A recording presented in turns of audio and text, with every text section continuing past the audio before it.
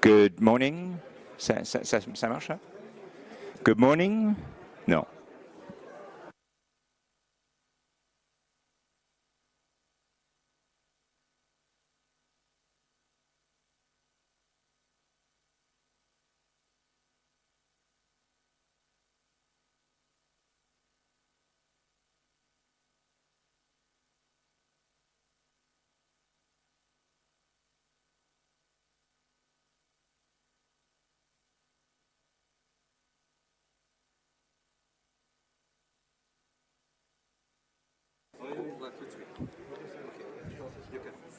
Good morning. Non, ça fonctionne pas. Hello, good morning everyone. Good morning, Chris. Okay, it's not working, the loudspeakers, is it? No. But we're now shouting, or yeah. No. Good morning, everyone. So, good morning, everyone. We're going to be starting in a couple of moments. I'd be grateful if you could take your places, please.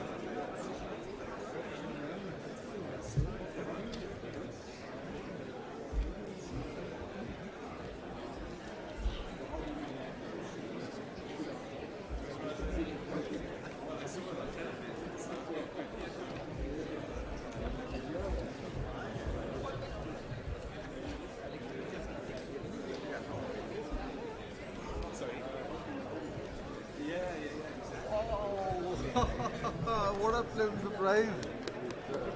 I had no idea I would run into you here. Yeah, amazing. Lovely to see you. Looking good, mashallah.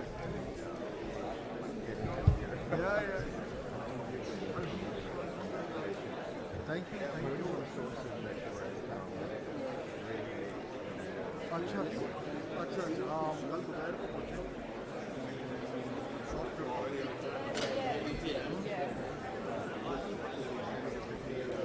बस ये है अभी शाम को क्या next time what are your plans and where are you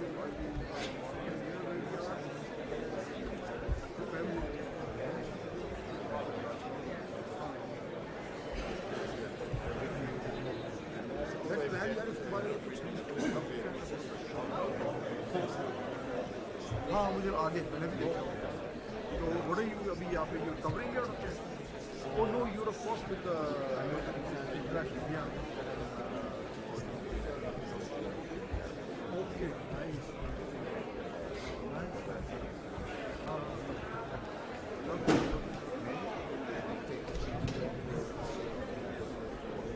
yeah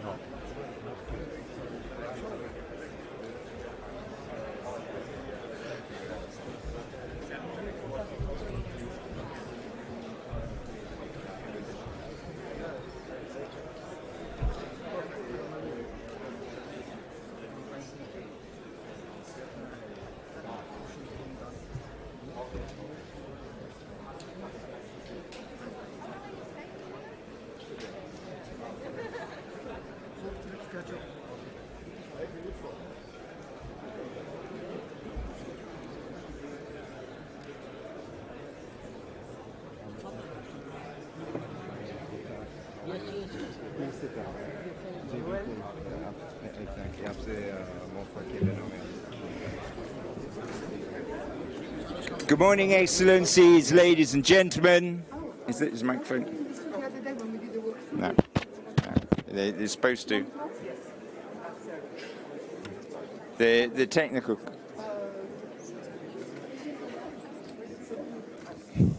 See. Good morning, excellent. Okay. Now it's see.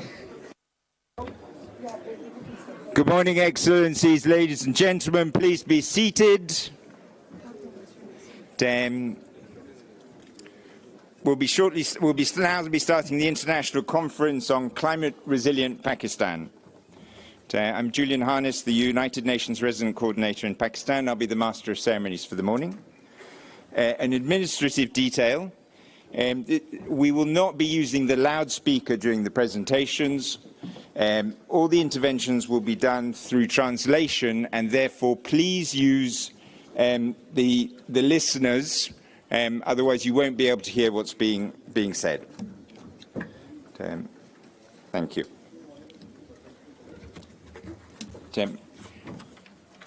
I would now like to request His Excellency Mr. Bilawal Bhutto Zardari, Minister of Foreign Affairs of the Islamic Republic of Pakistan, to formally commence the proceedings of the conference with the welcome remarks. Sir. Honourable Prime Minister of Pakistan, distinguished Secretary General of the United Nations, distinguished Presidents, Prime Ministers and Ministers, heads of agencies and representatives of participating delegations, Assalamu alaikum. It is my great privilege and singular honour as the Foreign Minister of Pakistan to welcome all of you to this international conference hosted by the Prime Minister of Pakistan and the UN Secretary General. As you are all aware, last year Pakistan experienced what the UN Secretary General called a monster monsoon on steroids. This is the greatest climate disaster in our country's history. Our monster monsoon started in June and kept going into July, to the end of August. When the rains finally stopped, a 100-kilometer lake formed in the middle of our country. 1 in 7 Pakistanis were affected by this natural disaster. That's 33 million people. Of the 33 million people, 16 million were children, 600,000 pregnant women.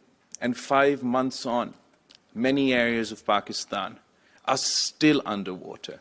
We are still conducting our relief operations, and we are looking forward to our reconstruction and rehabilitation.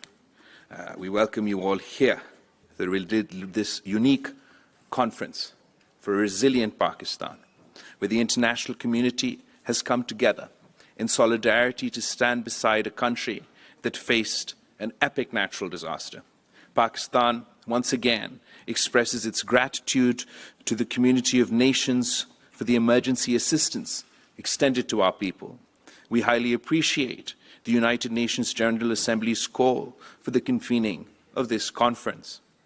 The magnitude of the damage Pakistan has suffered is monumental.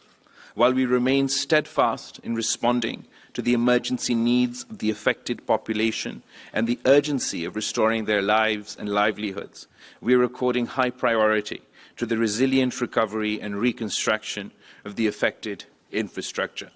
The government of Pakistan has worked with international institutions, including the United Nations, the World Bank, the Asian Development Bank, the European Union, to prepare a comprehensive framework document on resilient recovery, rehabilitation and reconstruction. The 4RF document, which outlines a prioritized and sequential plan defined at the federal and provincial levels to rebuild better from the unprecedented flood disaster and to ensure resilience against future natural disasters. Clearly, Pakistan confronts a monumental challenge. The people and the government will, of course, do everything possible to help ourselves in the process of rebuilding and recovery from this colossal calamity. At least half of the framework plan will be implemented from our own resources. At the level of our local communities, we are already engaged in rebuilding and restoration of homes, villages, roads, and communication networks. Yet Pakistan will need considerable support over the next several years from our international partners to implement this comprehensive plan. We will transform the challenge of recovery and reconstruction into an opportunity to build a more resilient Pakistan, an economy which is dynamic and sustainable. We are determined to do it in an open, transparent, and collaborative way. Excellencies, the rationale for this conference is to demonstrate the international solidarity with Pakistan as it begins its journey towards building back better. We see this conference not as a one-off event, but as the commencement of a long-term partnership with our friends and development partners. We look forward to the generous and sustained commitment of support from you all. I thank you.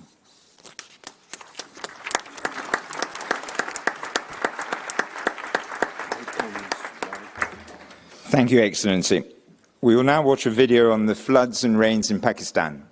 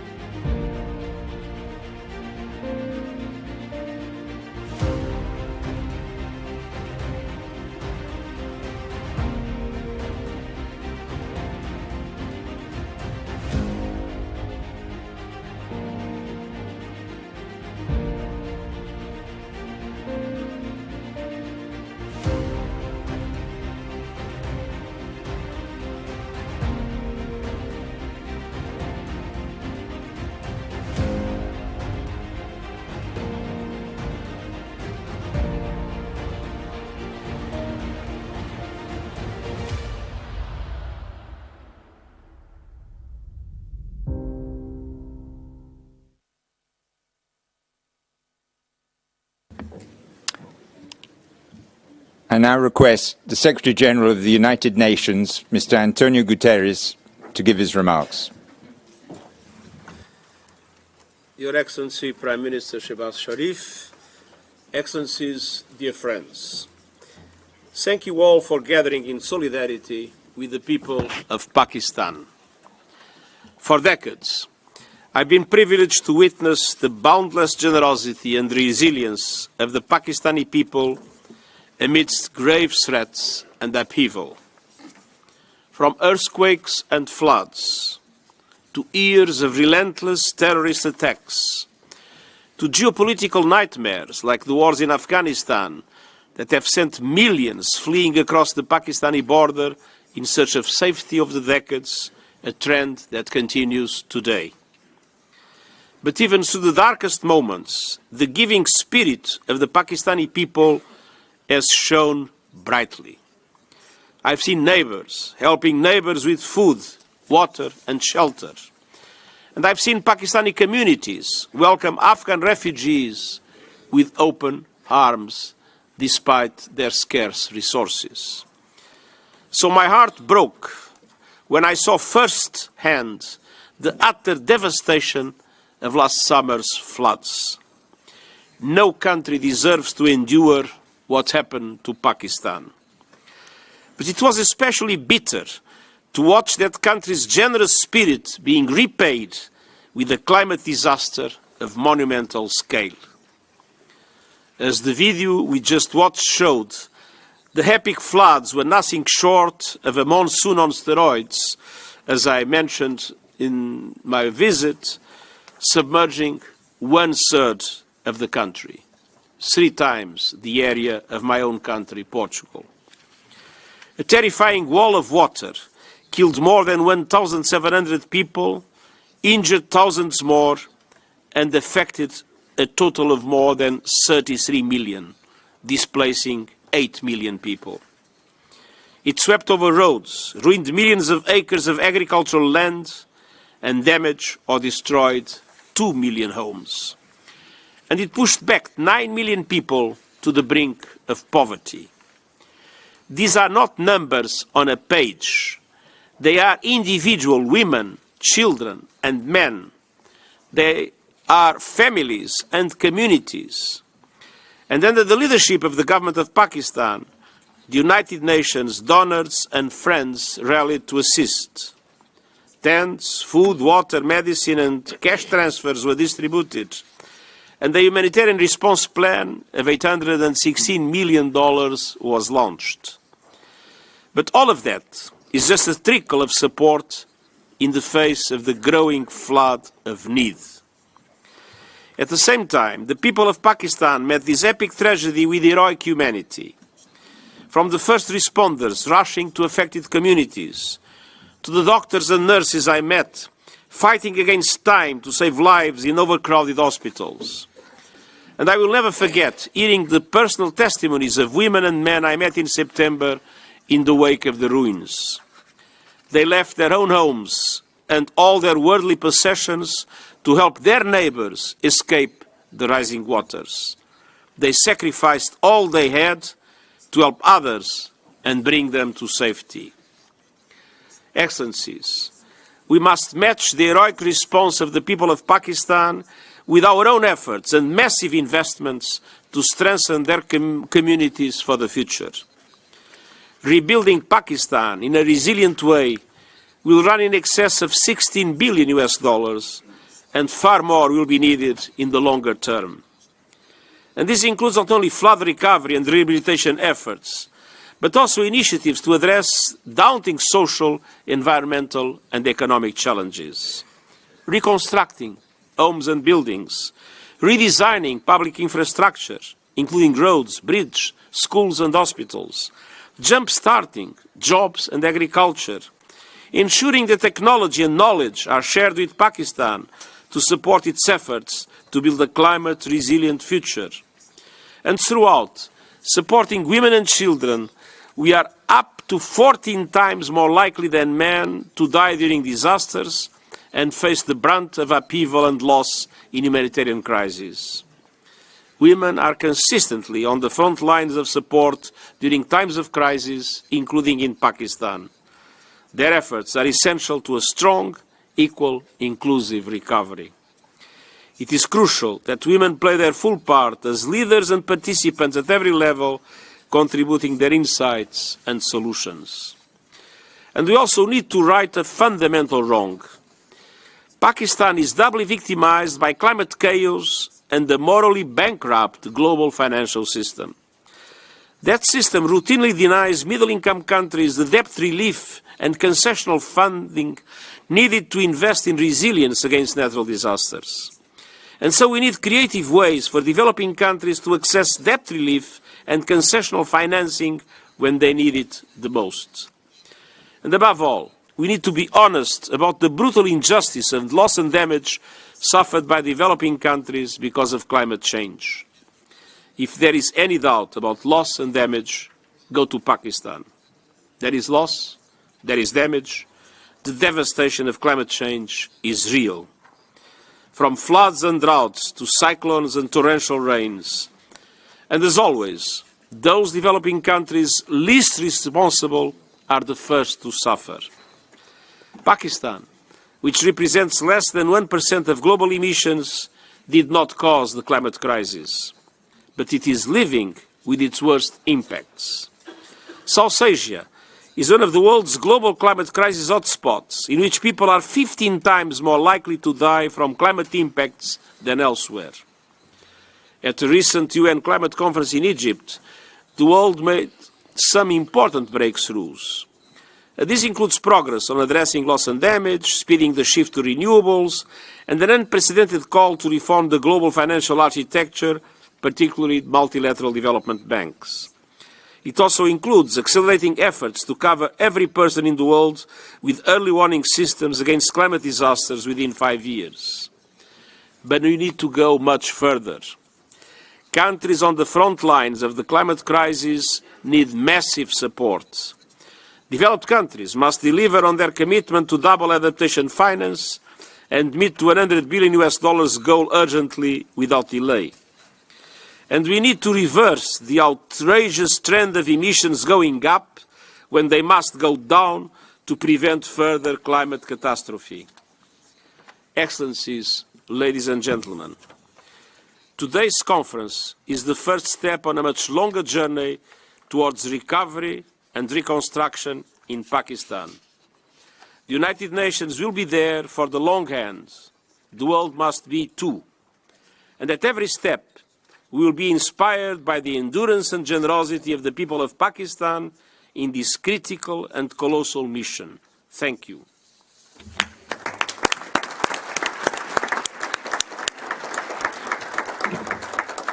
Thank you deeply, Secretary General. I now call upon the Prime Minister of Pakistan, His Excellency Mohammad Shehbaz Sharif, to give his remarks. Sir.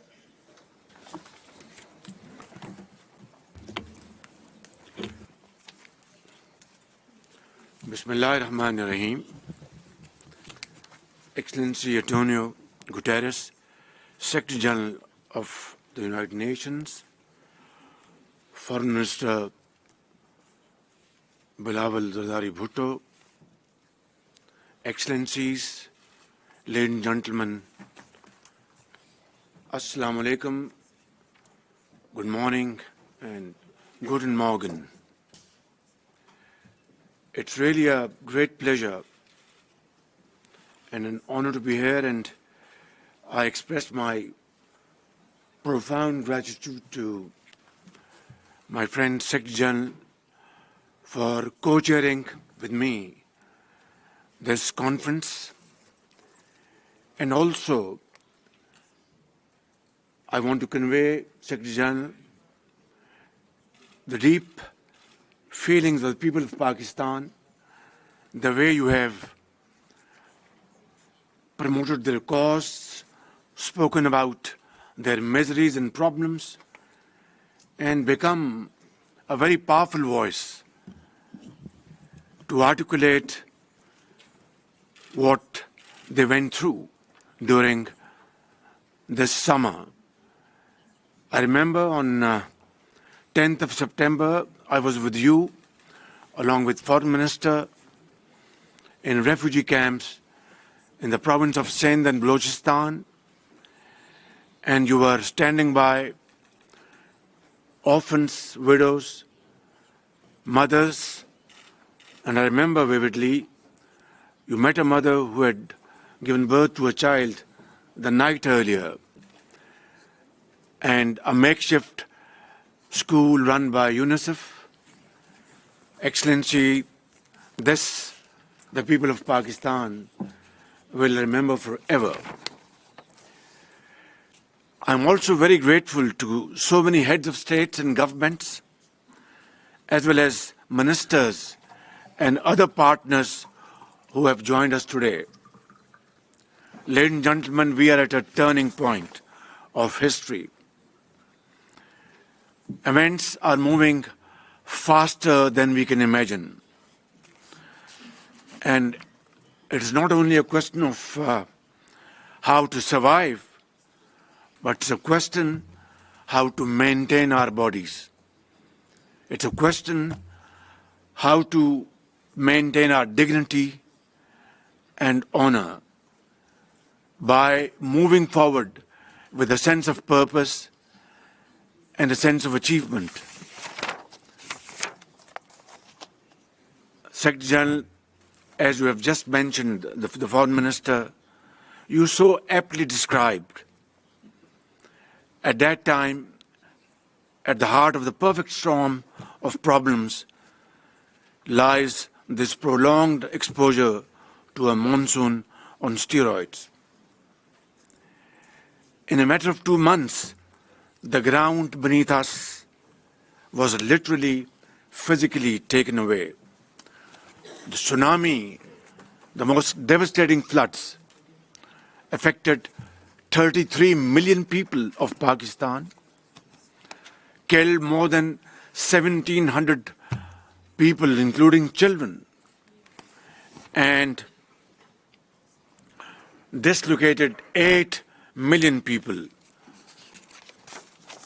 More than 8,000 kilometers of roads were washed away, and more than 3,000 rail system was deeply damaged. Education was disrupted for 2.6 million students, including 1 million girls. One can go on about the records broken by this disaster, but truly speaking, we are racing against time. We are very grateful to the generous support extended to my country by the United Nations, the World Bank, the Asian Development Bank, the IMF, the AIIB, and the European Union, as well as many friendly countries around the globe. However, relief work is yet not over, especially in parts of Sindh and Balochistan. Our young and able Foreign Minister belongs to the province of Sindh, where the flood water still needs to be drained to reclaim the agricultural land, to grow food, to build homes, reconstruct infrastructure, and rehabilitate institutions and services. Excellencies, you will appreciate that we need to give 33 million people who are deeply affected by the floods their future back. Their families must stand on their feet, and they must come back in life and earn their livelihood. Today's convening is an attempt to give my people another chance at getting back on their feet. Last October, in collaboration with our development partners, we prepared a post-disaster needs assessment, PDNA, that calculated the total destruction and economic losses from the floods to exceed $30 billion, which is 8% of Pakistan's GDP, pushing 9 million people into abject poverty. Excellencies, the Pakistani nation, as well as the state, has responded courageously to this catastrophe. Those who had little came forward to help those who had lost everything. Millions volunteered to feed, clothe and shelter their unfortunate brothers and sisters.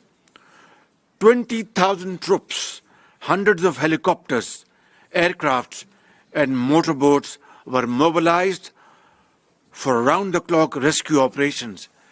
And in that, I count those wonderful contributions from our friendly countries in the Middle East, in Europe, Far East, and from other parts of the world. They saved thousands of lives and quickly restored disrupted communications. All resilience funds were repurposed to provide cash grants of over $400 million to more than 2.7 million households. Despite our acute financial constraints, we mobilized around $575 million for the emergency, including the UN flash appeal. Excellencies, the one lesson we have learned is that nothing can go back to business as usual. Tough choices will continue to be made, and I am painfully aware that a taxonomy of harder and harsher reforms will make lives in the Pakistani streets and villages harsher than ever before. But the scale of the resource gap for funding crisis recovery is so wide that it has redefined how we think about resilience.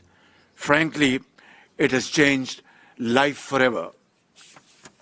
Building on the post-disaster needs assessment, my government has prepared a comprehensive framework plan for recovery, rehabilitation, and reconstruction with resilience. Its broad contours are set out in the 4RF document that will be presented to you in the next session of the conference. The first part of the 4RF plan reflects the priorities for recovery and reconstruction, bearing in mind the minimum funding requirement of $16.3 billion, half of which is proposed to be met from domestic resources and the other half from our own development partners and friends. The second part of the framework plan incorporates flood resilience in the design and infrastructure projects, such as protecting key highways, the main railway line network, as well as an early warning system and capacity building for rescue and relief in future disasters. Our funding gap for minimum recovery is $8 billion and will be needed over the span of the next 3 years. Excellencies, it is clear that Pakistan's ability to recover from the colossal flood disaster, to restore critical infrastructure and revive rapid economic growth will hinge substantially on the speed of these actions. And the most important link in this chain will be financial resourcing. If that gap continues to obstruct our recovery and minimum resilience needs, the results may be too catastrophic to imagine.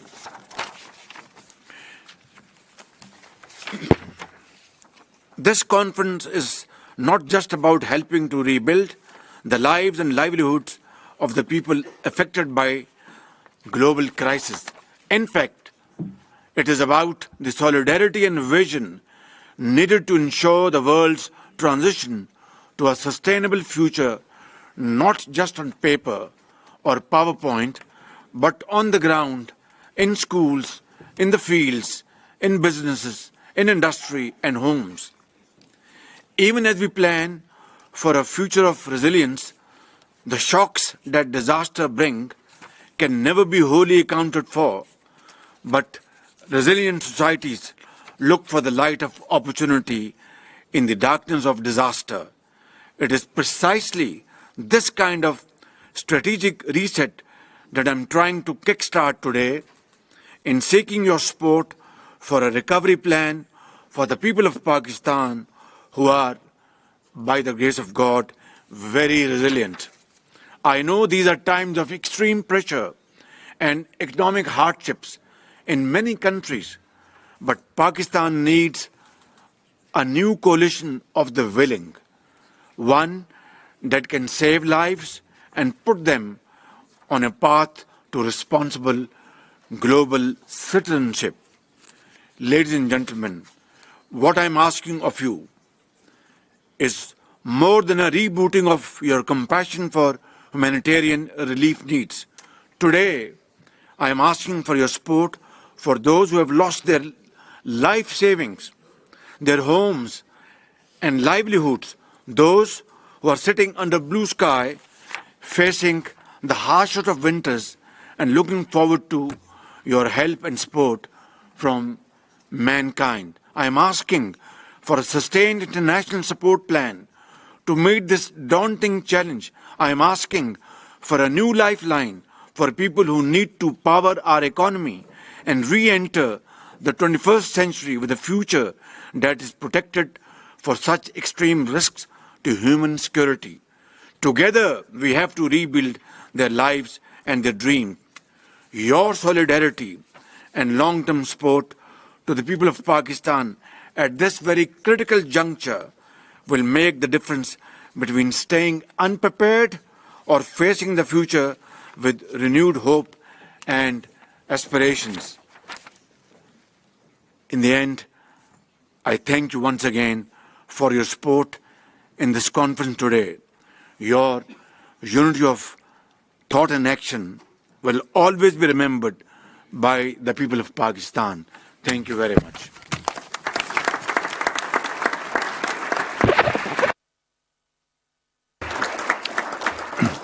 Thank you, sir, and thank you for your leadership.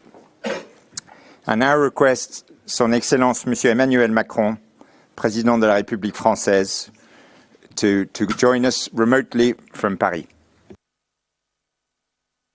Merci beaucoup et bonjour à toutes et tous, Monsieur le Secrétaire général des Nations Unies, Monsieur le Premier ministre, Shehbaz Sharif, Mesdames et Messieurs les chefs d'État et de gouvernement, Mesdames et Messieurs les ministres, Mesdames et Messieurs les ambassadeurs et représentants permanents. Merci d'avoir organisé cette conférence et de me permettre de prendre la parole devant vous pour témoigner le soutien de la France au Pakistan. Nous l'avons fait dès l'été dernier, lorsque le pire est arrivé, et je veux, après les images que nous avons vues, après les mots que vous avez eus, Monsieur le Premier ministre, et les témoignages du secrétaire général, dire la grande estime, l'admiration et la solidarité du peuple français à l'égard du peuple pakistanais. Votre peuple, votre gouvernement se sont mobilisés avec beaucoup de force et de courage après les effets directs du changement climatique que vous avez subi. Et je souhaite également saluer le travail de la Banque mondiale, de la Banque asiatique de développement, du PNUD, de l'Union européenne et du gouvernement pakistanais pour la qualité du rapport dit 4F, qui constitue la matrice de l'effort de reconstruction et d'adaptation dans lequel s'engage le Pakistan avec l'aide de la communauté internationale. Monsieur le secrétaire général, Monsieur le Premier ministre, vous avez décrit aussi précisément que nécessaire l'impact de ces inondations sur la population, sur l'économie, les infrastructures, l'habitat et au fond, le défi qui est le nôtre est de répondre à l'urgence, de bâtir la résilience et d'en tirer les conséquences à long terme sur notre organisation internationale. L'urgence, nous avons tenté d'y répondre dès les premiers jours. La France s'est mobilisée avec l'envoi de matériel et de personnel au plus près des populations touchées. L'Union européenne a mobilisé un total de 14 millions d'euros. Des dizaines d'autres pays et agences internationales se sont mobilisés en ce sens. Pourtant, à ce jour, seuls 30% de l'appel d'urgence lancé par l'ONU ont été couverts. Or, des besoins humanitaires importants demeurent, d'abord sur le plan alimentaire. Et ils deviennent d'autant plus pressants avec la chute des températures durant les mois d'hiver. je veux ici vous dire que la France va prendre sa part de responsabilité en ajoutant une nouvelle contribution de 10 millions d'euros à cet appel d'urgence. Sur le plan de la santé, le Fonds mondial de lutte contre le sida, la tuberculose et le paludisme, dont la France est le deuxième contributeur mondial, ainsi approuvé un financement d'urgence là aussi de 10 millions de dollars pour fournir aux Pakistanais des produits de santé vitaux et assurer aux victimes de la catastrophe un accès au diagnostic et aux différents traitements. Le deuxième élément, je le disais, c'est la résilience et donner la possibilité de reconstruire en intégrant pleinement le risque climatique. Parce que ces effets ne vont pas disparaître malheureusement à court terme. Nous devons donc démontrer que lorsqu'un pays est exposé à un choc de cette ampleur, la communauté internationale et en particulier l'ensemble des institutions financières sont capables de se mobiliser pour l'accompagner vers une reconstruction plus résiliente. En ce qui concerne la France, l'adaptation climatique est au cœur de l'action de l'Agence française de développement et nous y consacrons ainsi 2 milliards d'euros par an, conformément à nos engagements internationaux nécessités que le secrétaire général a rappelé à l'instant. Au Pakistan, nous avons donc décidé de mobiliser un total de 360 millions d'euros de projets qui vont être lancés pour répondre aux défis de la reconstruction résiliente et donc de l'adaptation climatique. Enfin, l'objectif, je le disais, est de tirer toutes les conséquences de ce qui vient de se passer et d'accompagner les autorités pakistanaises à procéder justement à toutes les réformes et de les accompagner dans cette reconstruction en étant cohérents dans le cadre de la finance internationale. En effet, ce qui s'est passé illustre parfaitement la question des pertes et dommages que nous évoquions à Sharm el-Sheikh il y a quelques semaines. Et je veux vous dire ici le soutien de la France à l'agenda de Bridgetown. Nous avons décidé avec la première ministre de la Barbade d'œuvrer en ce sens. Et je souhaite que nous puissions justement accompagner à court terme le Pakistan dans ses renégociations avec les agences financières multilatérales, mais plus largement que nous puissions, pour le Pakistan et tous les pays qui sont plongés dans cette situation, au-delà du fonds qui a été décidé à Sharm el-Sheikh sur les loss and damages, pouvoir tirer les conséquences et rebâtir un partenariat soutenable entre le Nord et le Sud. C'est l'objectif de la conférence que nous organiserons en juin prochain à Paris, qui a vocation à accompagner et à jeter les bases d'une rénovation profonde des règles et de la Banque mondiale et du FMI, mais plus largement de nos règles de financement pour tirer toutes les conséquences de ces effets du climat. C'est aussi pourquoi la France s'engagera dans le cadre de la COP28 aux côtés des Émirats arabes unis, mais aussi au G7 et au G20 sur cet agenda. Voilà les trois éléments essentiels que je souhaitais apporter à cette conférence, en vous disant aussi que la France, évidemment, est prête à participer au groupe international de soutien qui permettra d'accompagner le Pakistan dans la mise en œuvre de l'aide internationale. Et au-delà des engagements du jour, au-delà des engagements pris pour les prochains mois, vous dire que nous serons au quotidien et dans la durée, par ces soutiens financiers et l'expertise dont vous aurez besoin, aux côtés du Pakistan pour sa reconstruction durable, pour l'aide d'urgence et pour tirer toutes les conséquences de ce que vous venez de vivre. Monsieur le Premier ministre, permettez-moi de vous dire de manière plus personnelle notre soutien plein et entier et vous demander de transmettre à votre peuple le soutien du peuple français. Merci à toutes et tous.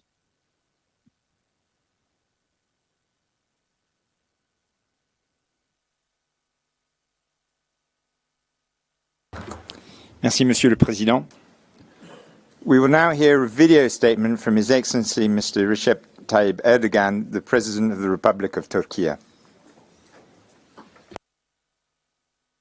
Pakistan İslam Cumhuriyeti Başbakanı Sayın Şahbaz Şerif, Sayın Genel Sekreter, kıymetli misafirler, sizleri şahsım ve milletim adına en kalbi duygularımla selamlıyorum.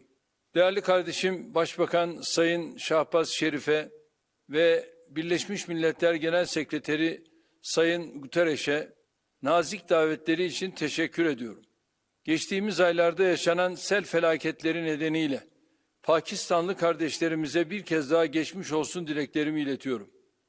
Hayatını kaybedenlere Allah'tan rahmet, yakınlarına sabrı cemil, yaralılara acil şifalar niyaz ediyorum. Türkiye olarak tarih boyunca hep olduğu gibi bu zor gününde de Pakistan halkını yalnız bırakmadık.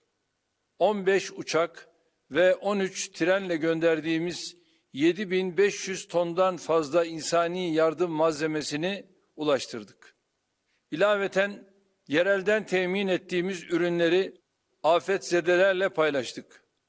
Ayrıca 1630 tondan fazla insani yardım taşıyan 2 gemi gönderdik. İnşallah bu gemilerin de limanlara varmasıyla Pakistanlı kardeşlerimizin sıkıntılarının bir nebze olsun hafifleyeceğine inanıyorum. Sel felaketlerinin hemen ardından İçişleri ve Çevre Bakanlarımız, TOKİ ve AFAD temsilcileriyle birlikte Pakistan'ı ziyaret etti. Heyetimiz afet bölgelerinde incelemelerde bulundu ve Pakistan makamlarından bilgi aldı. Gerek belirlenen ihtiyaçların giderilmesi, gerekse meselenin uluslararası kamuoyunun gündemine taşınması noktasında yoğun gayret sarf edildi. Türkiye'nin yanı sıra diğer ülke ve uluslararası kuruluşların da çabalarıyla Pakistan halkının yaralarını sarmaya başladığını görüyoruz. Ancak iklim krizinin yıkıcı etkileri karşısında daha fazla müşterek çalışmaya ihtiyaç olduğu aşikardır. İklim değişikliği ve bunun yol açtığı sorunlar insanlığın ortak meselesidir. Pakistan'da vuku bulan felaket, iklim değişikliğinin yıkıcı etkilerini bir kez daha gözler önüne sermiştir. Bu ve benzeri felaketlerle mücadeleyi bir strateji çerçevesinde dayanışma içinde yürütmek gerekiyor.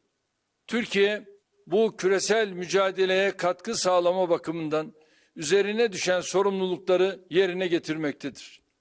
Zarar gören afet bölgelerinin yanı sıra Pakistan'ın afete uğrama riski bulunan tüm bölgelerinin iklime dayanıklı şekilde yeniden inşa edilmesi, yeni acılar yaşanmasının önüne geçecektir. Türkiye, Pakistan'daki afetzedelerin acil ihtiyaçlarının temini ile yeniden inşa sürecine gereken katkıyı sağlamaya hazırdır. TOKİ Başkanlığımız bu hususta Pakistan makamlarıyla temaslarını sürdürüyor. AFAD ve sivil toplum kuruluşlarımız da insani yardımların ulaştırılması konusunda gereken her türlü hassasiyeti sergiliyor. Tarih boyunca nice zorluğun üstesinden gelen Pakistanlı kardeşlerimizin Allah'ın izniyle bu sıkıntılı dönemi de suhuletle atlatacağına inanıyorum. Türkiye olarak geçmişte olduğu gibi önümüzdeki dönemde de kardeş Pakistan halkının yanında olmaya devam edeceğiz. Rabbim Pakistanlı kardeşlerimizi her türlü afetten, musibetten muhafaza buyursun diyorum. Sözlerime son verirken konferansın uluslararası toplumun Pakistan'a olan desteğine ivme kazandırmasını diliyorum. Programın icrasında görev alan herkese teşekkür ediyor. Sizleri bir kez daha muhabbetle selamlıyorum.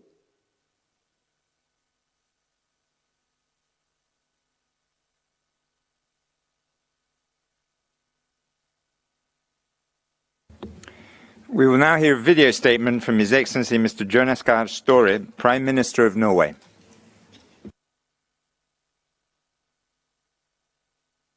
Prime Minister Sharif, Secretary General Guterres, ladies and gentlemen. The catastrophic floods that hit Pakistan last year caused unimaginable damage. Norway and many other countries contributed to the immediate response, but the needs remain enormous. We must do more to find collective solutions to the foremost challenge of our times, climate change. As you remind us, Secretary General, climate change is increasing the severity of natural disasters. We need to find new solutions to build climate-resilient communities for the future in Pakistan and beyond. At COP27, I had the honor to co-chair a roundtable with you, Prime Minister Sharif, where loss and damage was a key item on the agenda.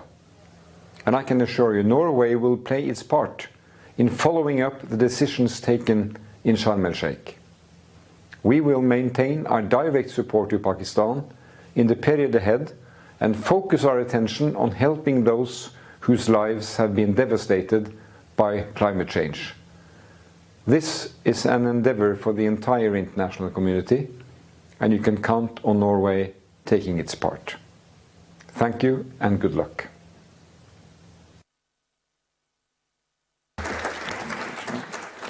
There will now be a video statement by Her Excellency Ms. Ursula von der Leyen, President of the European Commission.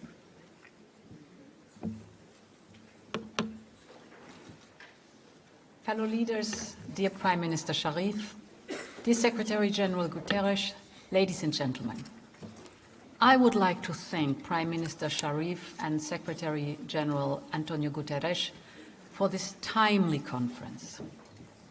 2022 was a difficult year for the world.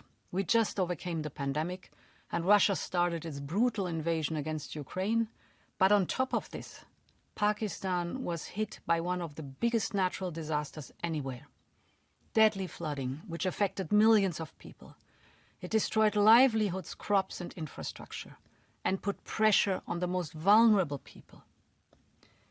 The European Union, together with its member states, was among the first to react. Our Team Europe response to this tragedy was immediate and substantial. But the scale of the devastation is enormous. Vast surfaces of cropland and villages remained underwater for months. Nearly 10 million girls and boys remain in need of immediate support, according to UNICEF. So more support is needed. And today we are endorsing an ambitious reconstruction plan. We are joining forces with our partners to help put Pakistan on its path to recovery. Our Team Europe support to the reconstruction of Pakistan is around 500 million euro, including our humanitarian assistance. And the EU and Pakistan have just agreed an 87 million euro package in line with our Global Gateway strategy. In parallel to keep supporting the affected communities, the European Union is stepping up its humanitarian assistance with an additional 10 million euros. This brings Team Europe's humanitarian support for Pakistan to 172 million euros. Ladies and gentlemen, the future of Pakistan is in the hands of its people. I wish the government of Pakistan every success with the implementation of its ambitious reform plan. We will continue to assist, including through the support group to be created following this conference. I wish you a very fruitful discussion. Thank you very much.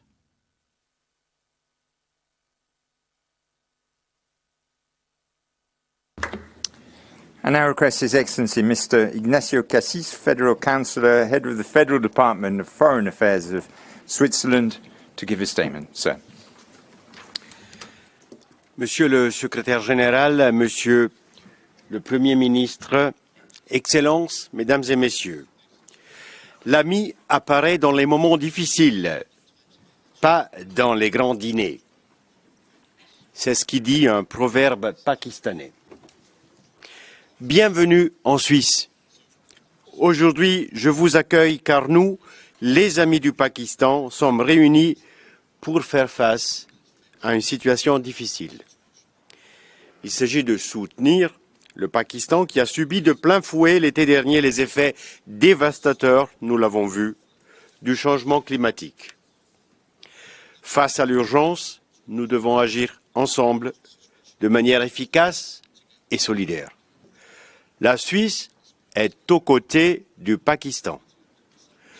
Nous devons tendre la main à nos amis et leur garantir qu'ils peuvent compter sur nous. Aujourd'hui, c'est vous, le Pakistan, qui a besoin d'aide, mais demain, c'est peut-être nous tous. Une seule chose est sûre, personne n'est à l'abri. Nous sommes toutes et tous concernés par le dérèglement du climat, un risque global qui nécessite une action globale. Je remercie le secrétaire général des Nations Unies et le Premier ministre du Pakistan d'avoir initié cette conférence internationale sur le Pakistan et le climat. It is an honor to welcome you all to International Geneva. Chers amis, quand la Suisse a appris les effets tragiques des inondations qui ont frappé le Pakistan et son peuple l'été dernier, elle n'a pas hésité. Conformément à notre tradition humanitaire, nous avons immédiatement dépêché une équipe d'experts de l'aide humanitaire suisse dans le nord-ouest du pays. Dotée de 4 millions de francs suisses et engagée durant 3 mois, notre équipe a assuré la reconstruction d'écoles, de systèmes hydrauliques et des ponts. Une récolte de fonds en Suisse a également récolté 5 millions de francs dans l'immédiat pour aider la situation. Ensemble, sur le terrain, nous avons pu agir dans un contexte difficile. Les intempéries ne sont pas, hélas, le seul défi auquel doit faire face cette région d'Asie du Sud. L'afflux de réfugiés afghans ajoute son lot de vulnérabilité et de tension à la situation sur place. Et là encore, mon pays assume ses responsabilités internationales. Mon pays a versé une contribution de 6 millions de francs suisses au Commissariat des Nations Unies en faveur de l'accueil des réfugiés afghans au Pakistan. Excellencies, water overflows where the banks are weak, as a Pakistani saying goes. Cette allégorie me touche, car elle illustre bien le principal défi de la coopération internationale sur le climat. Ensemble, il faut veiller sur elle et la renforcer pour éviter qu'elle ne cède dans les régions fragiles. La Suisse reconnaît ce défi et l'urgence des besoins et nous sommes prêts à soutenir non seulement le dialogue et la recherche de solutions dans la région, mais aussi les efforts financiers qui sont posés. J'aimerais dire ici que la stratégie des 4 RF, reconstruction, remise en état, renouvellement et de la résilience, présentée ici par le Pakistan, est un modèle en la matière. Ce cadre résonne parfaitement dans l'esprit de la Genève internationale et je vous invite à tout mettre en œuvre pour que cette initiative puisse être couronnée de succès. Merci pour votre attention.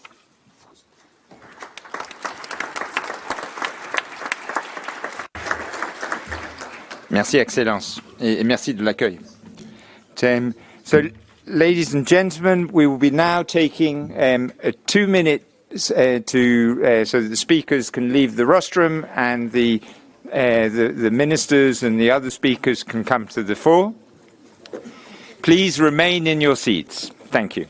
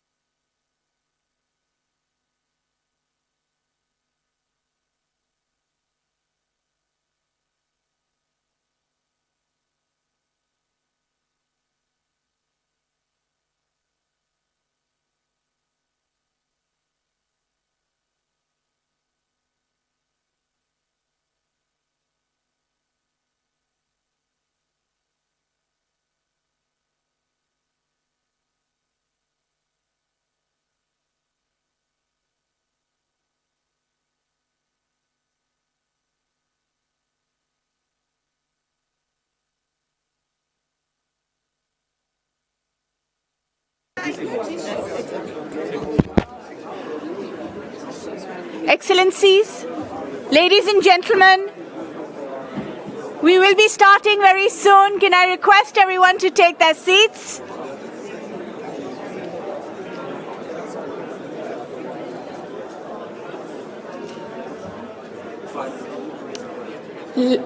Excellencies, ladies and gentlemen, we will be commencing very soon. I would request you to take your seats, please.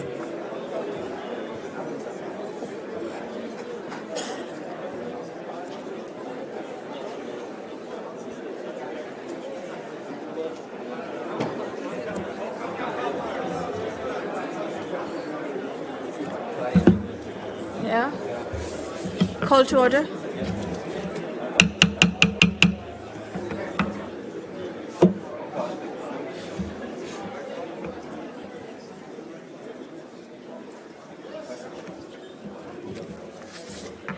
Excellencies, ladies and gentlemen, good morning and assalamu alaikum.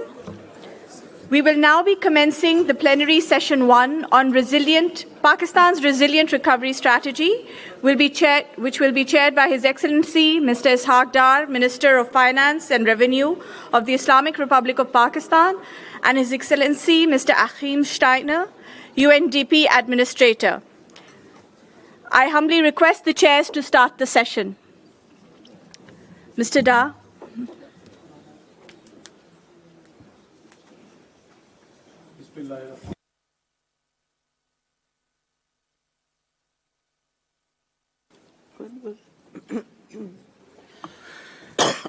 Bismillahirrahmanirrahim. In the name of God, the most merciful, the most beneficent. Excellencies, distinguished participants, co-chair, speakers, ladies and gentlemen, very good morning and assalamu alaikum. It's a great privilege to be part of this important plenary focused on Pakistan's resilient recovery strategy. I would like to express my gratitude to the Administrator, United Nations Development Programme, Mr. Achim Steiner, representative from the World Bank Group, all other multilateral institutions for the support to Pakistan during this most critical time. Thanks are also due to our bilateral partners, friendly countries, NGOs, and civil society organizations. You would have seen in the opening session the scale of recent flood disaster which took place in Pakistan. With the suffering of the people in mind, I would briefly state the narrative of disaster to highlight the plight of the people back home. Ladies and gentlemen, while Pakistan was facing the challenges caused by global adverse developments like Russian-Ukraine war, energy crisis, rising inflation and hiking poverty, Pakistan faced the catastrophe of unprecedented floods in the recent history. Allow me to reiterate the widespread damages caused by the floods in Pakistan. Last year, the heavy monsoon rains, 6 times of the average of the past 30 years, caused huge flooding and devastation, especially in the provinces of Sindh and Balochistan. The damages were extensive, with 33 million people affected, over 1,700 lives lost, 13,000 injuries, millions of women and children becoming vulnerable. A total of over 13,000 kilometers of roads and 440 bridges were destroyed, while 5 million acres of crop were damaged. Over 2 million houses were either damaged or destroyed, and around 1 million livestock was confirmed to have been dead or missing. Ladies and gentlemen, a significant portion of the country remained submerged in water for months, affecting subsequent crop cycle and closing down schools and hospitals, and making large portion of the rural hinterland inaccessible. The standing buildings were used as temporary shelters and to provide necessary services.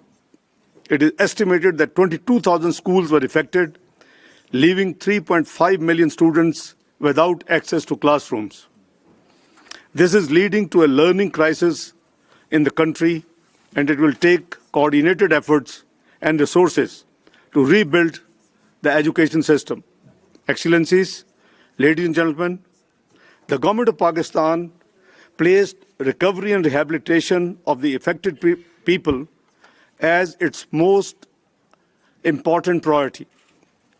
Through Benazir Income Support Program, rupees 70 billion were dispersed as emergency measure to the flood affectees, families, and till now, 8.17 million flood victims have been given the cash assistance.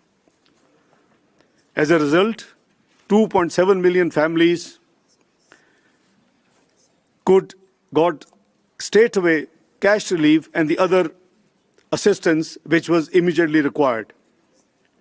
We are appreciative of the fact that the World Bank promptly announced $1.6 billion assistance for rehabilitation in flood areas and an additional 500 million for building climate resilient Pakistan. You are aware that PDNA estimated economic and physical losses caused by the floods as over $30 billion.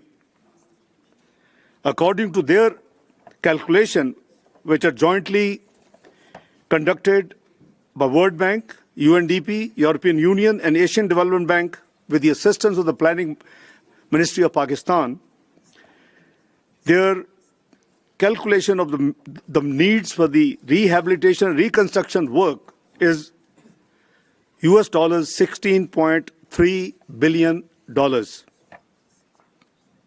We have been working to obviously plan this reconstruction and rehabilitation work over the period of 3 years with at least half of the requirements to be met by Pakistan own system and assistance. Our GDP, keeping in view of the size of the GDP, we believe that over the next 3 years period for this phase of reconstruction and rehabilitation, we should be able to contribute $8 billion out of the $16.3 billion to carry out this rehabilitation and the reconstruction work. The support from the friendly countries and the multilateral donors will not only help with flood relief and rehabilitation effort, but will also create fiscal space and external debt sustainability for the country, reinforcing its efforts to implement the ongoing IMF program. That climate change has led to devastating spillover impacts on Pakistan. This is a major exogenous shock representing a global public externality. Pakistan contributes less than 1% of greenhouse gas emissions, but yet it has found itself at the center of climate change-induced devastation in the form of catastrophe of the floods last year. Concerns about food security are paramount. Social stability is also a concern amid high energy prices, inflation, and macroeconomic policies.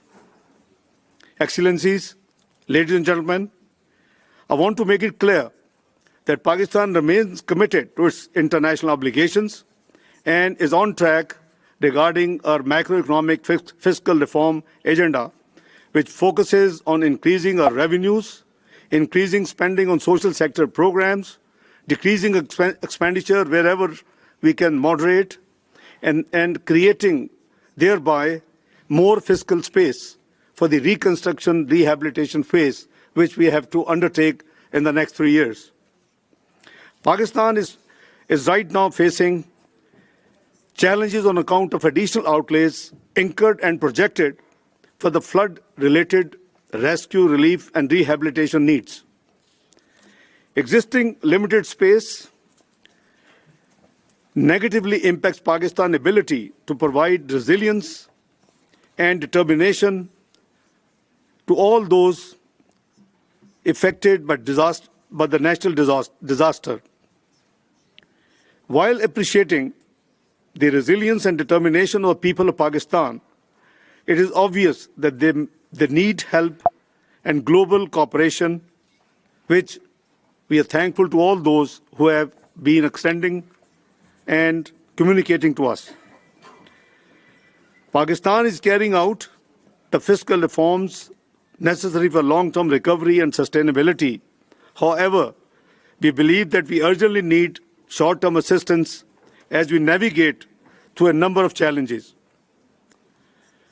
We hope that our friends, partners, and supporters, as always, stand with us by providing the required assistance during this most critical phase of Pakistan. Excellencies, ladies and gentlemen, Pakistan's urgent expectations from this conference is not only merely a commitment of resource for rehabilitation and reconstruction in the short to medium term, but also we are looking forward for on-budget inflows and assistance during the remainder of the current fiscal year in order to make it possible for the government of Pakistan to continue providing the much-needed relief to the flood affectees of 33 million people in Pakistan. Let me say a few words that, if considered appropriate by our friendly countries, debt swaps and other use of financial instruments tied to reallocation of equivalent domestic budgetary resources would also free up the resources to be spent for this noble purpose. We must remember that we are in this fight against climate-induced disaster together. There is only one world, and we must work together to support each other in times of crisis. Pakistan is extremely grateful for the support of the international community as we strive to recover, rehabilitate, and rebuild. At the end, I would like to extend our heartfelt gratitude to all those friendly countries, United Nations, World Bank, Asian Development Bank, Asia Infrastructure Investment Bank, Islamic Development Bank, and all other multilateral institutions, NGOs, and donors, without whose help we could not have been able to deal with this catastrophe which Pakistan just faced in 2022. I'm extremely grateful to all of you, and thank you for patience listening. God bless you all. Thank you. Very kind.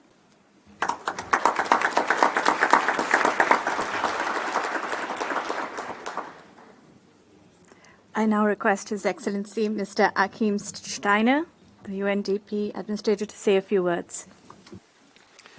Thank you very much, Your Excellency, the Minister of Finance of Pakistan, distinguished ministers and fellow panelists, dear Martin, my colleague from the World Bank.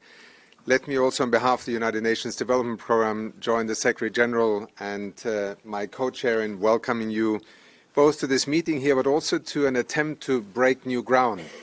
I was just looking at the presence of ministers of Pakistan on this podium.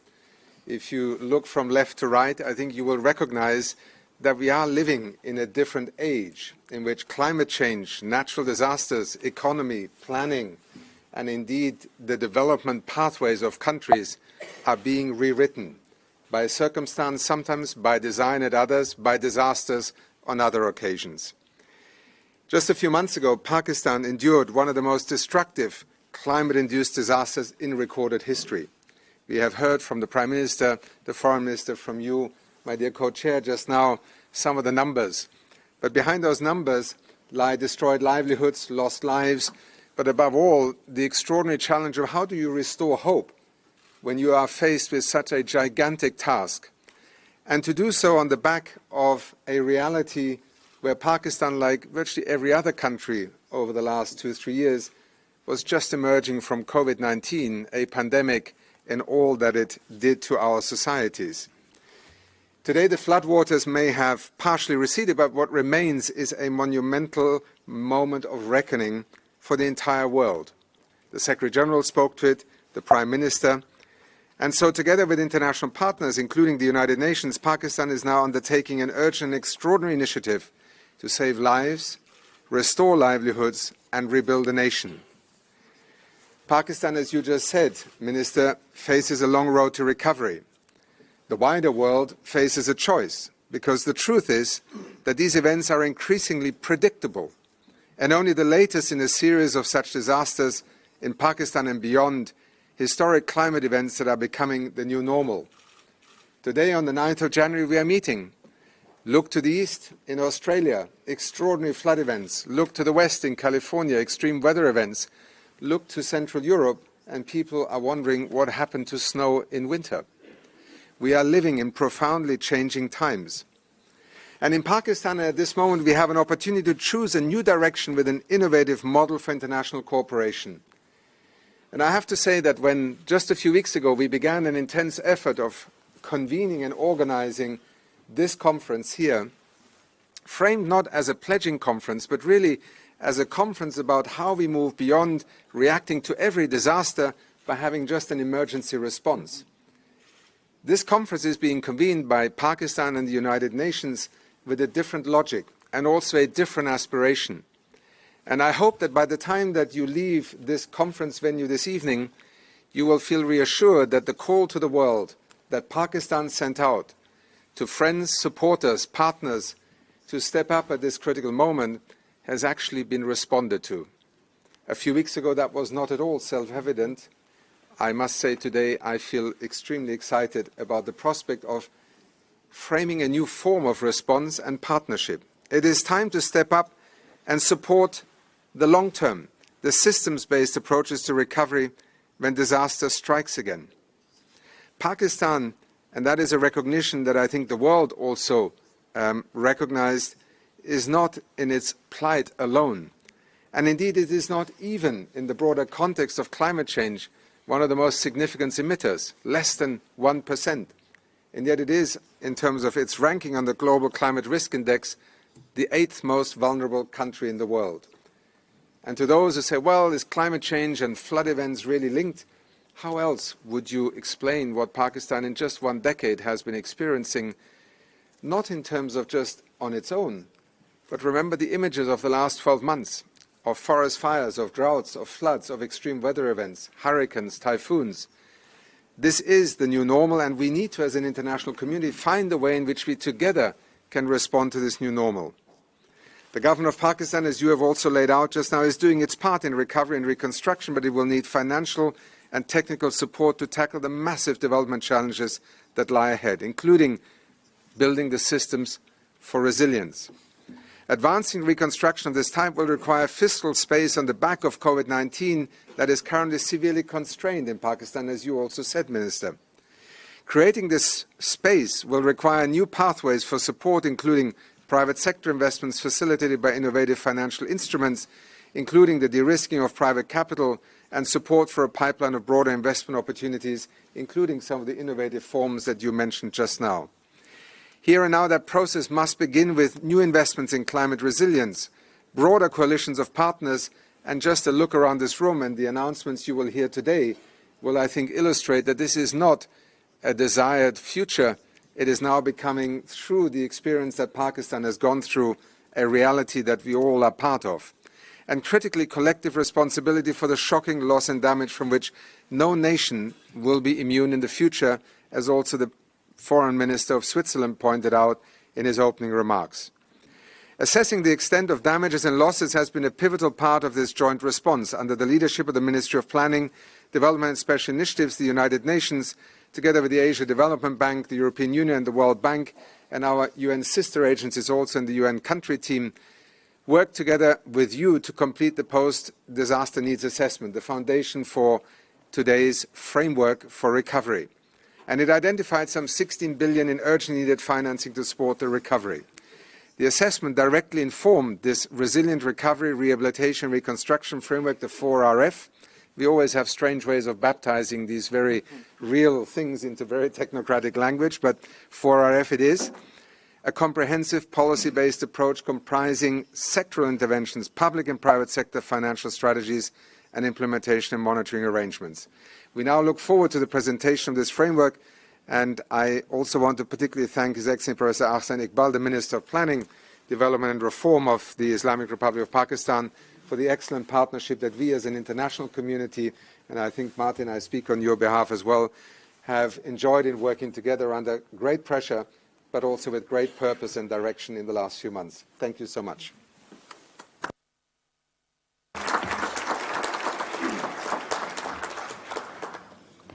I now request His Excellency Professor Ahsan Iqbal, Minister for Planning, Development and Reform of the Islamic Republic of Pakistan, to say a few words.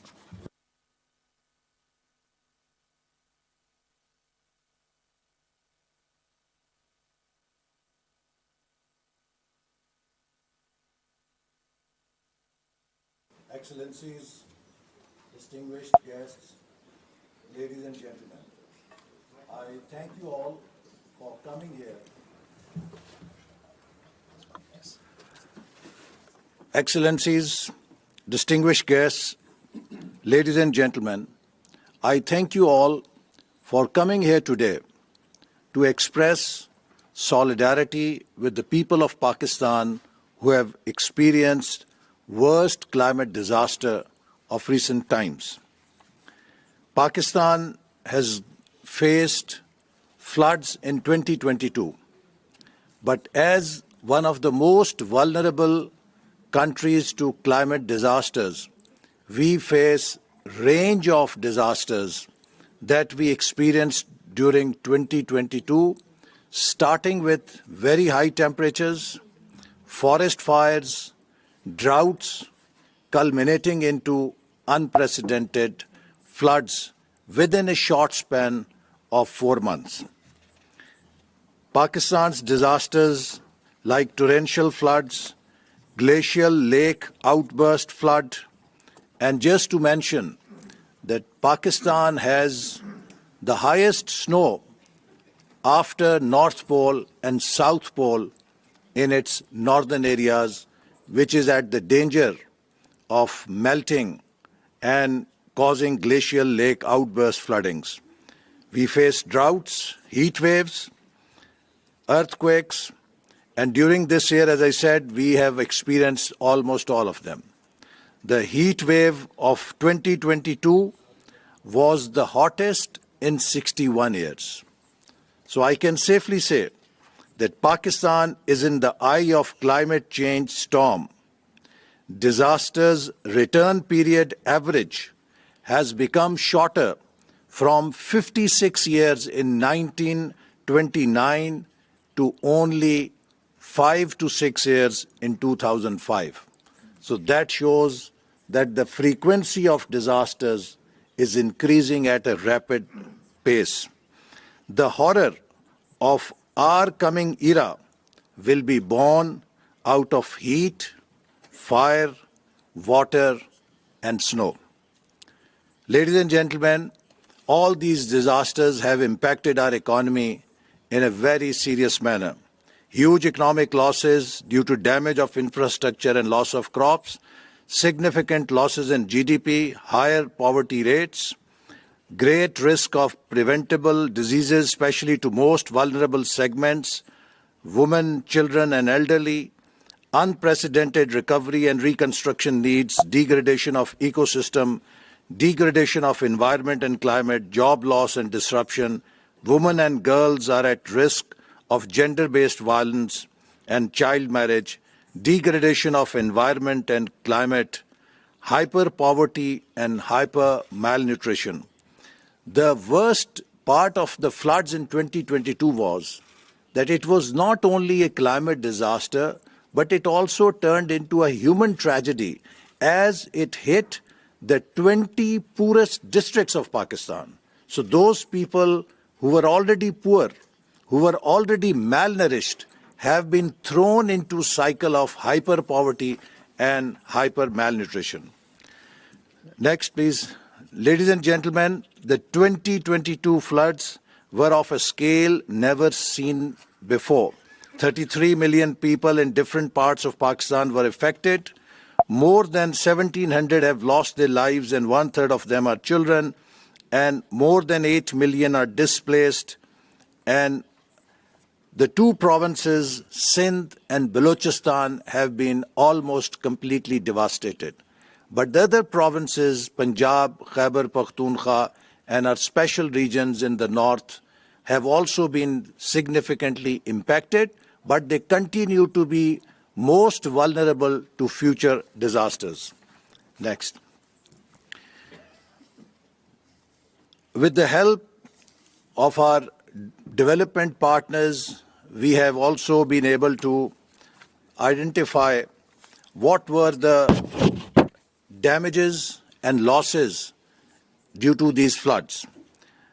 We are very grateful to World Bank, Asian Development Bank, European Union, UN and its agencies, and other development partners for working as a team to document in shortest possible time the post-disaster need assessment report for Pakistan, which put $14.9 billion damage and $15.23 billion of economic loss, with combined cost of over $30 billion to Pakistan's economy.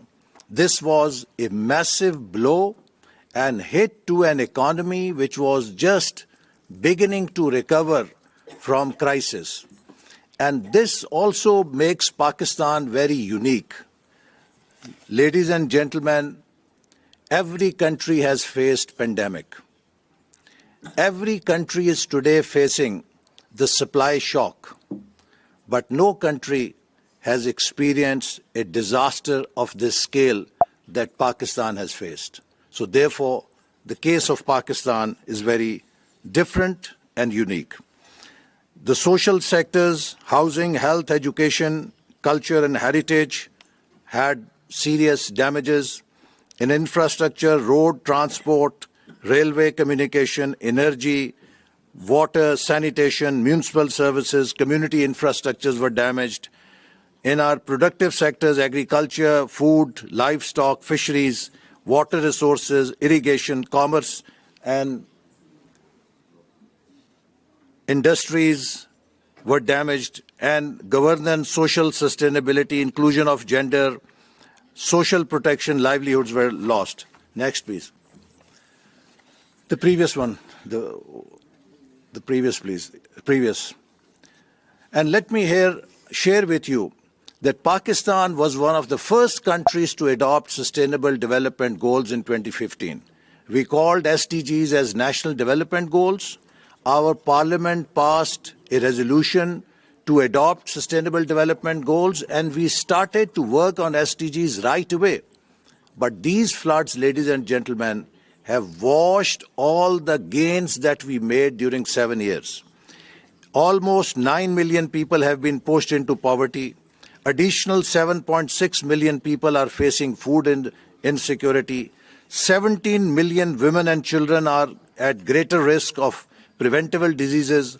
4.3 million people with job loss and disruption to their livelihoods, and more than 600,000 women and girls at risk of gender-based violence and child marriage due to disaster situation.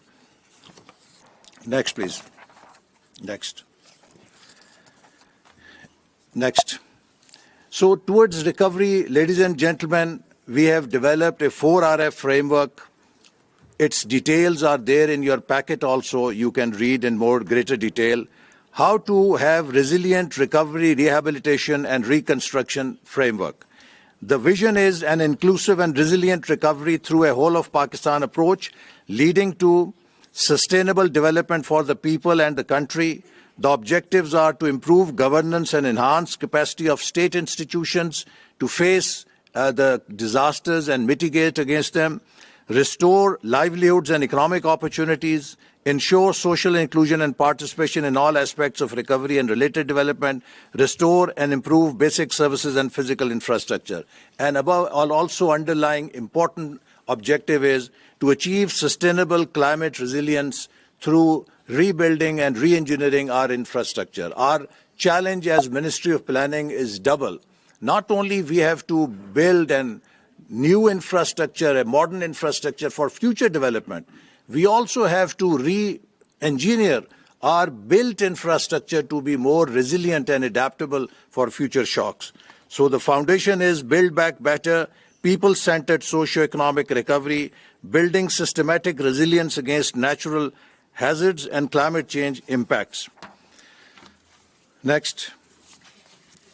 The 4 RF sectors have 4 major goals: governance, whose cost has been estimated at $413 billion, strategic resilient objective, resilience plan, objective 2, agriculture, livelihood, finance markets, $4.3 billion, SRO 3, social inclusion, including gender, culture, heritage, $1.7 billion, and 4, education, health, nutrition, water, sanitation, municipal services, infrastructure, energy, transport, $10.08 billion, which makes it $16.28 billion, according to the PDNA. The government of Pakistan plans to do 50% of the $60 billion through its own resources and is requesting international community development partners to help it cope this burden by providing $8 billion over the next 3 years so that we can rebuild our damaged infrastructure in shortest possible time. The long-term climate resilient infrastructure development plan is over $13 billion, which involves National Flood Protection Program and building new infrastructure or re-engineering existing infrastructure to stand against future shocks. Next. As I told you, out of $16.3 billion, the local resources we hope to mobilize are $8.15 billion, and we look forward to $8.15 billion through our friends and development partners. Next. We have worked out a number of projects in different areas, starting with forecasting and preparedness, which involves capacity building of Pakistan Met Department, Federal Flood Commission, multi-hazard early warning systems, installation and upgradation of telemetries, data center for disaster prevention. Then mobilization, rescue and relief, capacity building of National Disaster Management Authority, Provincial Disaster Management Authorities, District Disaster Management Authorities, procurement of helicopters, boats and other equipment for evacuation, procurement of emergency bridges and other equipment, and then in recovery, financial assistance for people for their livelihood. Next, please. Rehabilitation, housing, health, education, gender inclusion, private sector development, water and sanitation, and reconstruction of infrastructure to make it more resilient. Next, please. Next. So let me in the end, ladies and gentlemen, say that Pakistan is already in a very difficult and challenging situation.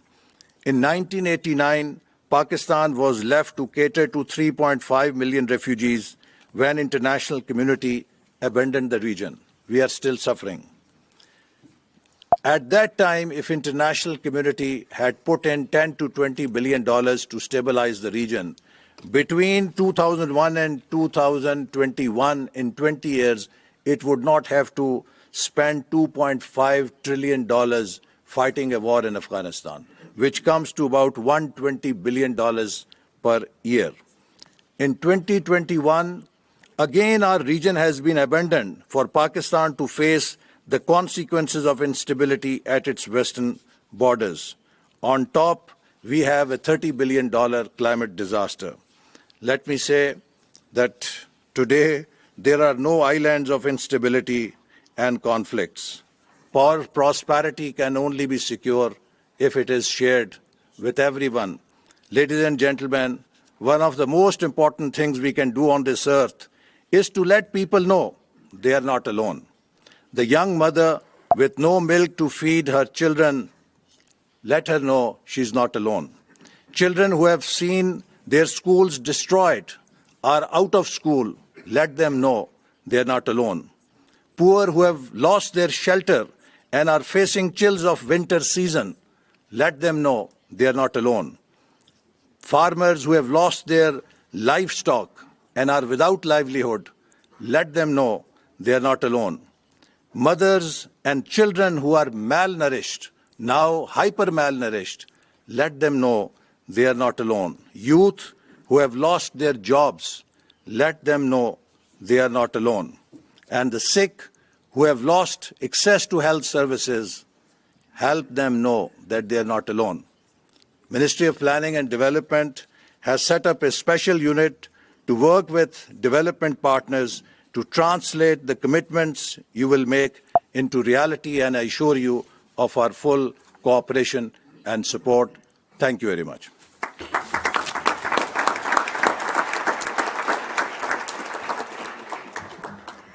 I now request Her Excellency Ms. Shari Rahman, Minister of Climate Change of the Islamic Republic of Pakistan, to say a few words. Thank you very much.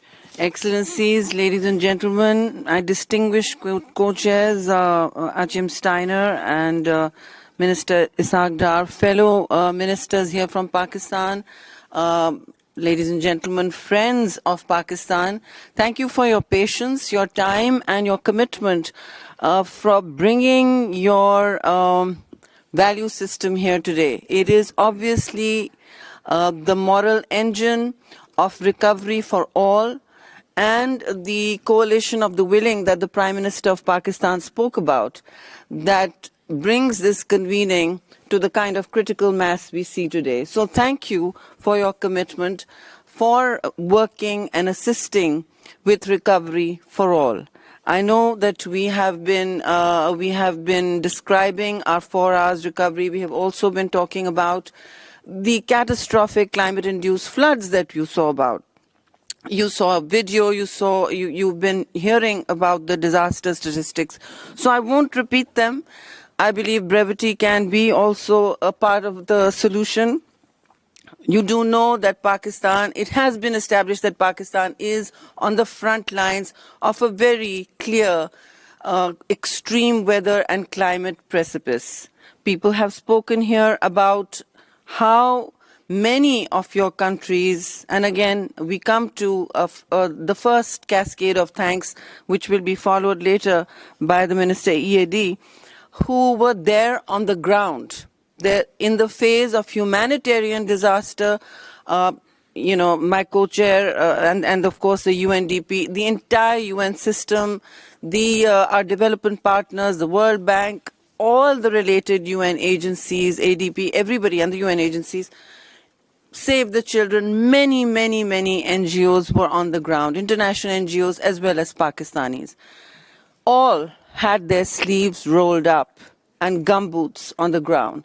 So we do appreciate all of you who came by, who journeyed to the heart of the catastrophe and saw for yourselves what the monsoon on steroids actually looked like. And of course, the front line of that was the UN Secretary General, who proved to be one of the most powerful advocates for bringing resolve, commitment, and resources to a country that was in shock for many months. Now, ladies and gentlemen, so thank you all. But you saw on the ground, many of you have heard also that Pakistanis are a resilient people. But, as you saw in the video, for Pakistan, the peril is not over. 8 million still live in inundated areas, particularly the province of Sindh, and a homeless winter for many. Now, 20 million are still affected, which is, again, 3 times the size of many countries. And this winter has brought the 19th century back to the human health experience. It has brought dangers and risks that humanity had forgotten how to plan for. It has brought perils to Pakistan that this century had stopped accounting for. So in this peninsula of human suffering that we all saw, and 33 million certainly is a peninsula of great human tragedy. What we saw at some points was no antibiotics, a lack of antibiotics, a lack of medicine, a lack of infant food. These are not things, I'm not talking about cutting edge IT education. I'm talking about the basics of human survival. This, ladies and gentlemen, is a new tidal wave of disasters that are besetting the world, and we need to be very clear. They will not go away by themselves, and they will not, countries who are facing such front lines, the ground zero, as I called it, of climate stress, will not recover on their own.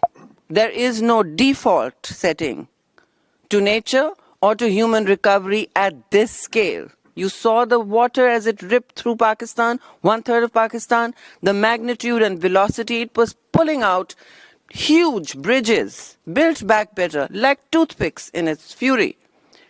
So building back better is going to be harder than we planned for and harder than we imagined. We had seen the 2010 flood. It was a great flood. It was called the super floods of Pakistan. Well, it affected 20 million people. So just to put in perspective, this one was 33 million. We hope and pray and also plan for ensuring that no such bigger disaster overtakes this particular catastrophe, because wrapping one's head around the sheer numbers to service has been a monumental challenge. So everyone has responded, of course, wonderfully, but it is to be remembered that while we are building for resilience, Pakistan lies in one of the largest floodplains of the world.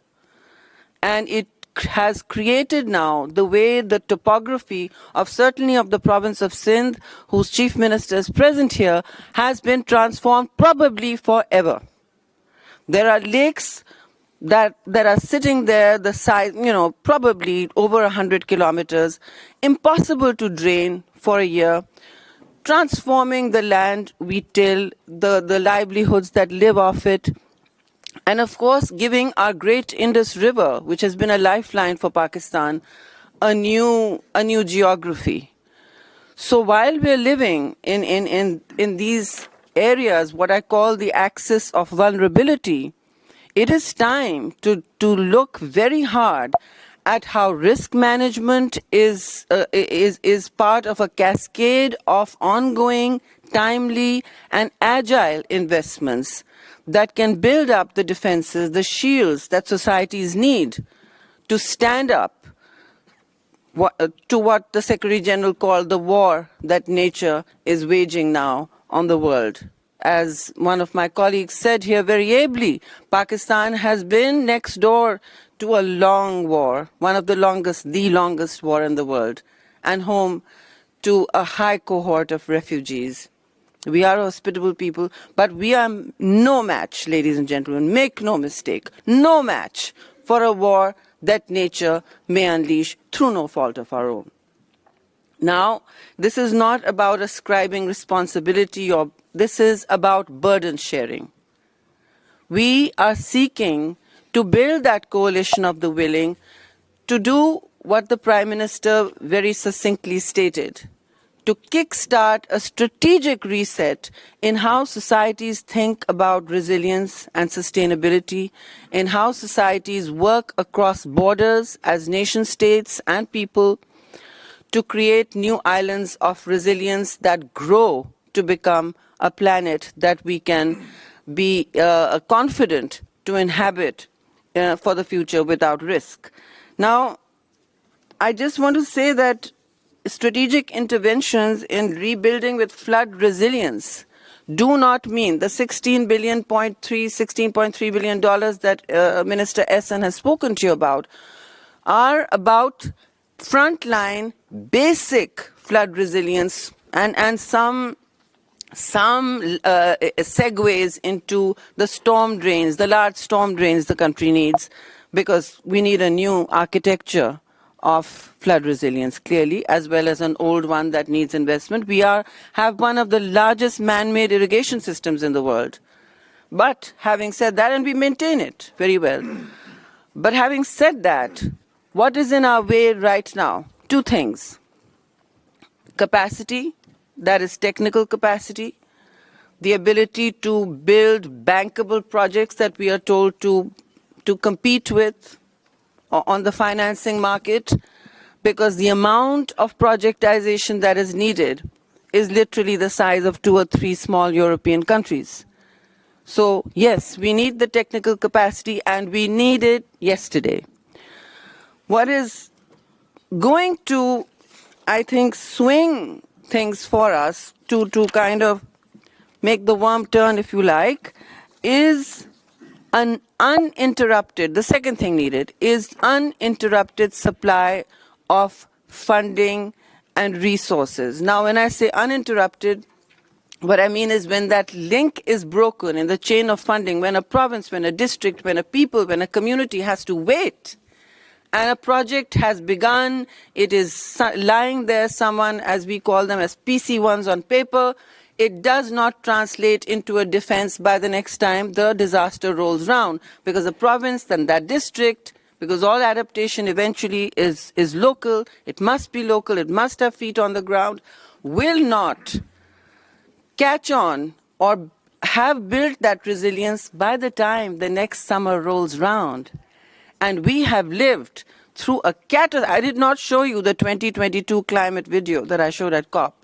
That was a new archipelago of complete disaster, famines, flash fires, forest fires, floods, and of course the glacial lake outburst floods. They've tripled. We have the largest number of glaciers outside the polar region. They are also melting fast.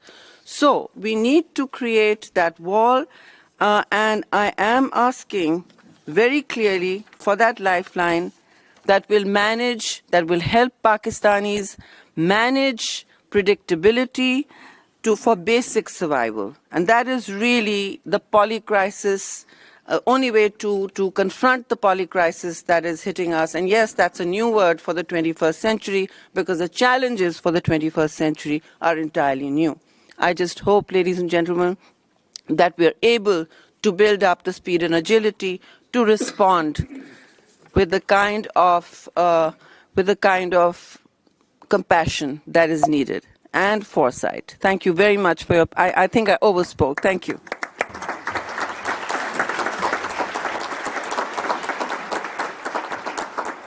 I now request His Excellency Mr. Ayaz Sadiq, Minister Economic Affairs Division, Government of Pakistan, to say a few words. Bismillah ar-Rahman ar-Rahim. Excellencies, distinguished guests, ladies and gentlemen, good morning and assalamu alaikum. My colleagues have given all details that were necessary to be shared with you, and speaking in the end means we are short of time, and I'm sure we are. So I'll be very brief. No, not only you, but... So, on behalf of the Government of Pakistan and the Ministry of Economic Affairs, I would like to take this opportunity to extend my profound appreciation to the United Nations for the support in organizing and making excellent arrangements for this very important conference. Since the outset of the floods, as directed by the Prime Minister of Pakistan, the Ministry of Economic Affairs has worked closely with the United Nations in Pakistan and the international development partners for provision of immediate humanitarian relief, assistance, rehabilitation for flood affectees. At the beginning of August 2022, the Ministry of Economic Affairs immediately liaised with the development partners and took steps including establishment of a steering committee comprising of development partners, international, national stakeholders for ensuring better coordination and supervision of humanitarian relief work. The Ministry of Economic Affairs also organized a donors conference in late August 2022, presided over by the Prime Minister and attended by a large number of development partners, aimed at highlighting Pakistan's immediate relief and rescue needs. Excellencies, our bilateral, multilateral partners have been most forthcoming in their response to Pakistan's call for help. The solid collaboration with our development partners brought forth immediate assistance in various forms, provided relief for millions of the stranded Pakistanis, for which we are grateful. The assistance included cash transfers for the flood-affected people who had lost everything: food, medicine, shelter, clean drinking water, etc. Our development partners have always helped Pakistan during the different calamities faced, including the many devastating earthquakes and floods in the past. Although I would have preferred to have thanked each development partner for having supported us during the difficult times, yet that would have taken a lot of the allocated time. The Ministry of Economic Affairs, being the government's main arm for coordinating international assistance, continues to fulfill its role monitoring, supervising the inflow of aid. It is pertinent to mention that Prime Minister of Pakistan has given directions for vigorous scrutiny and monitoring, ensuring complete transparency in the utilization of the valuable assistance provided by our development partners. It is with this promise that we will continue to partner with the international community in implementing the 4RF and planning ahead to meet challenges of climate change. The government of Pakistan looks forward to significant support from its development partners in rebuilding Pakistan in the aftermath of the devastation caused by the floods. In this regard, the Ministry of Economic Affairs Division will adopt a robust system for monitoring and work with the international development partners, ensuring proper follow-up on the assistance pledges made during the conference and the effective and efficient utilization in Pakistan, leading to focused people-centric development and resilient rehabilitation and reconstruction process. I would once again like to express my sincere gratitude to the United Nations for organizing this conference and to the international development partners for their continued support.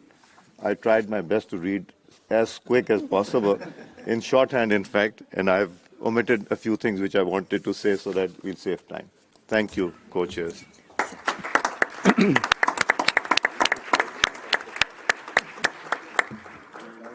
Before I request World Bank President Mr. Martin Reza to say a few words and give closing remarks, I wish to acknowledge and thank him for his very quick arrangement of the round table at the time of annual meetings in Washington last October, post-flood episode which Pakistan suffered. Thank you, Mr. Reza, once again. Floor is yours for the closing remarks. Thank you. Excellencies, ministers, distinguished participants, thank you, Chair, for giving me the opportunity to offer some brief closing remarks. The 2022 floods were an unprecedented disaster, as I was able to witness firsthand in Sindh province last September. Let me begin by congratulating the ministers and all the Pakistani authorities for your leadership and speed, both at the federal and provincial levels, in the immediate relief and humanitarian response. Let me also commend you in how you are planning and framing the massive reconstruction efforts as outlined in the presentation of Honourable Minister Iqbal just now. The World Bank has worked closely with the Asian Development Bank, the European Union and the United Nations in supporting the preparation of the post-disaster needs assessment and parts of the resilient recovery, rehabilitation and reconstruction framework, the 4RF. And I trust I speak also on behalf of all of us in thanking you for the good partnership. The framework sets out a clearly prioritized and sequenced set of activities over the short, medium and long term. Its ambition matches the sheer magnitude of the disaster that has hit your country, including through the PDNA's estimates of damages and losses. We welcome the fact that the first strategic objective of the 4RF relates to the governance, institutional transparency and capacity aspects of the reconstruction effort. These will be absolutely essential to make the reconstruction journey a success, and you can count on all of us to support you to implement these principles and help ensure a well-targeted, efficient and transparent reconstruction process. The 4RF document represents an important foundation for our joint efforts over the coming months and years. I understand it is a living document which will be enriched as specific reconstruction projects crystallize further. We're pleased that a number of these projects, including in the provinces, have already started and have been designed following the 4RF principles. We also welcome the government of Pakistan's long-term vision to ensure national resilience to climate-induced disasters. The Prime Minister and Honourable Minister Sherry Rahman talked of a strategic reset. Indeed, the costs of doing nothing are just too high. The World Bank's Climate Change Development Report for Pakistan that was launched at COP27 with the participation of the Honourable Minister, thank you for joining us at that event, suggests that the economic losses from extreme heat, flood and air pollution could total 18 to 20% of GDP by 2050. This could wipe out a significant share of Pakistan's economic progress. The poor would be most affected by failure to act, with rural poverty rates at risk of remaining stuck at current high levels of above 30%, even 30 years from now. The 22 floods are a tragic reminder of just these risks. Excellencies, distinguished participants, the 4RF reconstruction framework rightly emphasizes the need to ensure macroeconomic stability and sustain related structural reforms, and Minister Dar, you spoke about this.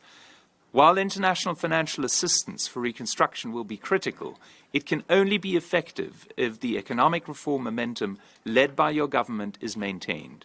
Economic conditions are challenging, not just because of the costs of the floods on GDP and the burden of relief and reconstruction efforts on the budget. High global energy and food prices and a legacy of poor fiscal management add to the burden. New spending for flood relief and recovery must therefore be balanced with the need to keep spending within sustainable limits. This can only happen if relief and recovery efforts are carefully targeted towards those most in need. Over the medium term, a truly resilient recovery would not be possible without additional fiscal and structural reforms. This is the time to reduce leakages and losses in expenditure, for instance in the power sector, that are weakening public finances, to address the inefficiencies that are muting investments and exports, and to better target social support to those most in need, and to make sure that those that are most fortunate in society and all sectors contribute to this national reconstruction effort through more progressive, wider-based taxation.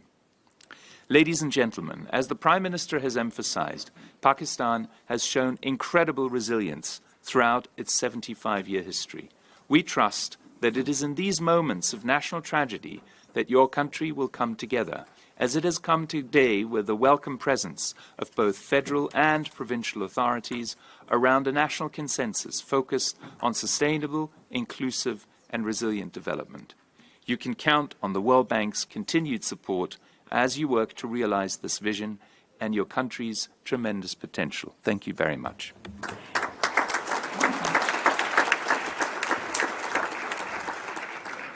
Thank you so much, Mr. Reiser. Before we take a coffee break, please bear with me for a minute for just some housekeeping practical announcements. Lunch will be served one floor above at the mezzanine floor, level 2, the entrance level. You can avail the lunchtime to also visit room 25, where UN agencies will exhibit materials of their work in Pakistan, and colleagues will be available for any queries. After lunch, at the end of plenary session 2, we will be breaking out into 2 sessions. Provinces, Perspective and Humanitarian Spotlight, which will be in this room, and the second on achieving sustainable climate resilience, showcasing the living Indus, will be held in room 25, and there will be someone to guide you there. Also, as you already know, there are no food or drinks allowed in the conference room. Thank you so much. I now invite you for coffee, which is served right outside this room, and we will be grateful if we could reconvene after 15 minutes. Thank you so much.